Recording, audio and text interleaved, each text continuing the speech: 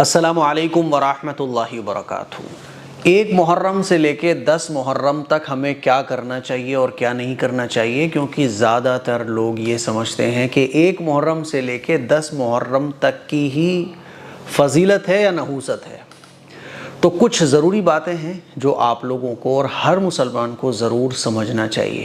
سب سے پہلی بات تو یہ سمجھ لیں کہ ایک محرم سے 10 محرم تک کی کوئی فضیلت نہیں ہے، بلکہ رسول اللہ صلی اللہ علیہ وسلم نے جو فضیلت محرم کے مہینے کی بیان فرمائی ہے وہ پورے مہینے کی بیان فرمائی ہے۔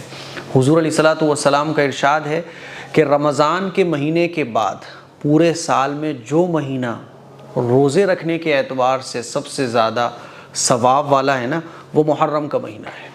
اور اللہ کے نبی صلی اللہ علیہ وسلم نے محرم کے مہینے کو اللہ کا مہینہ قرار دیا۔ ویسے تو سارے مہینے اللہ کے ہیں، لیکن محرم کی فضیلت کو بیان کرنے کے لیے اللہ کا مہینہ اس کو کہا گیا۔ اور قرآن مجید میں جو 4 مہینے حرمت والے اللہ تعالیٰ نے بیان فرمائے ہیں نا، منہا اربعۃ حرم، اس میں سے ایک محرم کا مہینہ ہے۔ محرم کے مہینے میں عبادت کرنے کا ثواب، خاص طور پر روزے رکھنے کا ثواب بہت زیادہ ہے۔ اگر آپ کے رمضان کے قضا روزے چھوٹے ہوئے ہیں تو سب سے پہلے تو آپ قضا روزے رکھو، اور اگر آپ کے قضا روزے نہیں ہیں تو نفلی روزے محرم کے مہینے میں آپ خوب رکھ سکتے ہو، اور پورے مہینے میں رکھ سکتے ہو، کتنے رکھو، جتنے چاہو اتنے رکھ سکتے ہو۔ تو ایک محرم سے 10 محرم تک کی کوئی فضیلت نہیں ہے، بلکہ پورے محرم کے مہینے کی فضیلت ہے۔ بات سمجھ آ رہی ہے؟ دوسری بات کہ لوگ یہ سمجھتے ہیں کہ محرم کا مہینہ نحوست والا مہینہ ہے، تو محرم کا مہینہ کوئی نحوست والا بھی مہینہ نہیں ہے۔ جیسے اور مہینے ہیں بالکل اسی طرح سے محرم کا مہینہ ہے۔ ہاں، محرم کے مہینے میں چونکہ حضرت حسین رضی اللہ تعالیٰ عنہ کی شہادت کا واقعہ پیش آیا تھا، اسی لیے بعض لوگ یہ سمجھتے ہیں کہ یہ مہینہ نحوست کا ہے، غم کا ہے، افسوس کا مہینہ ہے نا، اور اس میں طرح طرح کے لوگ کام کرتے ہیں۔ تو یہ بات اچھے طریقے سے سمجھ لینا چاہیے کہ محرم کے مہینے میں جو عبادات کے کام ہیں وہ تو کرنا ہے، اور جو کام عبادتوں کے علاوہ ہیں جن کا ثبوت قرآن و حدیث سے نہیں ہے، ان کاموں سے آپ کو بچنا ہے۔ یہ بالکل آسان سا طریقہ ہے۔ کیا کرنا ہے کیا نہیں کرنا بالکل سمپل ہے۔ کیا کرنا ہے؟ جو قرآن و حدیث سے ثابت عبادات کے کام ہیں، روزہ رکھنا، نماز پڑھنا، صدقہ کرنا، تہجد پڑھنا، قرآن مجید کی تلاوت کرنا، جتنے بھی کام عبادات سے متعلق ہیں وہ کرنا ہے۔ کیا نہیں کرنا ہے؟ جن کا ثبوت قرآن و حدیث سے نہیں ہے وہ نہیں کرنا ہے۔ جیسے کہ محرم کے مہینے کو نحوست کا مہینہ سمجھنا۔ یاد رکھیے کہ شہادت سے کوئی مہینہ جو ہے وہ منحوس نہیں ہوتا ہے۔ اگر شہادت سے کوئی مہینہ منحوس ہوتا نا تو اسلامی تاریخ تو ایسی ہے کہ ہر دن کسی نہ کسی کی شہادت ہوئی ہے، اور رسول اللہ صلی اللہ علیہ وسلم کو پتھر مارے گئے نا تو وہ دن منحوس ہونا چاہیے تھا۔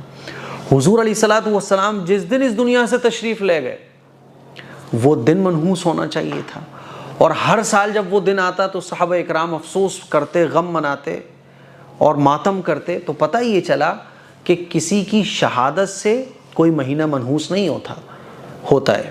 حضرت حسین رضی اللہ تعالیٰ عنہ کی شہادت سے محرم کا مہینہ منحوس ہو گیا، ایسا نہیں ہے، بلکہ ان کی شہادت کی وجہ سے اس کی فضیلت اور بڑھ گئی۔ بات سمجھ آ رہی ہے؟ اب لوگ کیا کرتے ہیں کہ اس مہینے میں جو ہے نا بعض لوگ چولہا نہیں جلاتے، بعض لوگ جو ہے نا بچوں کو فقیر بنا دیتے ہیں، بعض لوگ جو ہے نا وہ طرح طرح کے وظیفے کرتے ہیں۔ تو میں نے آپ لوگوں کو بتا دیا کہ قرآن و حدیث سے جو چیزیں ثابت نہیں ہیں وہ آپ کو نہیں کرنا ہے، بس سمپل ہے بالکل۔ یہ مہینہ ایک عبادت کا مہینہ ہے، بہترین مہینہ ہے، قابل احترام مہینہ ہے۔ اس میں عبادت کیجئے، عبادت کے علاوہ جتنے بھی کام ہیں ان سے بچیے گا۔ بعض لوگ اپنے بچوں کو فقیر بنا دیتے ہیں، اور کچھ یہ بھی سمجھا جاتا ہے کہ 5 سال کا جب بچہ ہو جائے تو ایسے ویسے کرنا ہے۔ یہ تمام طرح کی رسم و رواج جو ہے نا اپنے گھر سے نکالیے، اپنی لائف سے نکالیے۔ بعض لوگ غم کا مہینہ سمجھتے ہیں تو مچھلی نہیں کھاتے، عجیب بات ہے۔ بعض لوگ نیا کپڑا اس مہینے میں نہیں پہنتے، بعض لوگ شادیاں اس مہینے میں نہیں کرتے۔ اگر یہ غم کا مہینہ ہوتا تو حضرت حسین رضی اللہ تعالیٰ عنہ کی شہادت کے بعد کتنے ایسے اللہ والے گزرے ہیں جنہوں نے اس مہینے میں شادیاں کی، کتنے ایسے اللہ والے ہیں جنہوں نے اس مہینے میں اچھے کپڑے پہنے، کیونکہ غم کرنے کی شریعت جو ہے نا وہ 3 دن سے زیادہ اجازت ہی نہیں دیتی ہے۔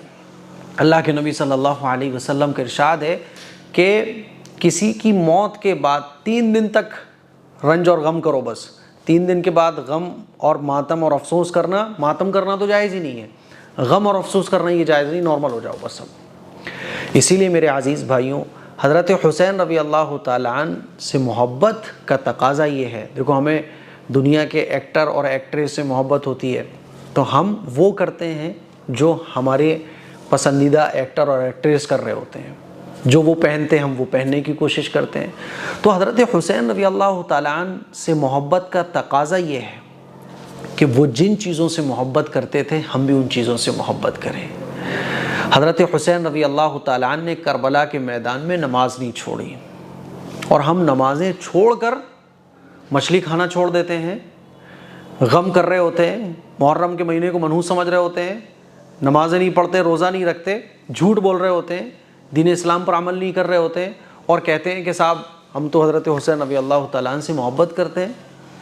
حضرت حسین رضی اللہ تعالیٰ عنہ سے محبت یہ ہے کہ نماز نہ چھوڑی جائے۔ انہوں نے کربلا کے میدان میں نماز نہیں چھوڑی، سر کٹا دیا، انہوں نے حق کی خاطر جان دے دی، اپنے خون کے فوارے چھوڑا دیے اپنے گھر اور خاندان والوں کے، حق کی خاطر، اسلام کی خاطر۔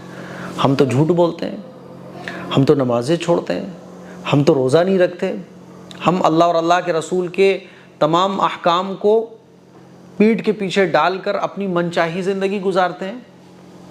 ہمیں ان چیزوں پر غور کرنا چاہیے۔ تو محرم کے مہینے میں ہمیں کیا کرنا ہے کیا نہیں کرنا، مجھے امید ہے آپ لوگوں کو بالکل کلیئر پتہ چل گیا ہوگا۔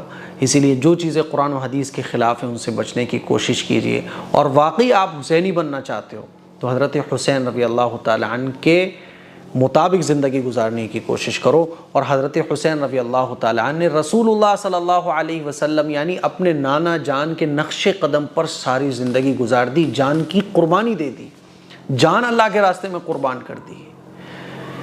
ایسا بن کے دکھاؤ۔ السلام علیکم ورحمۃ اللہ وبرکاتہ۔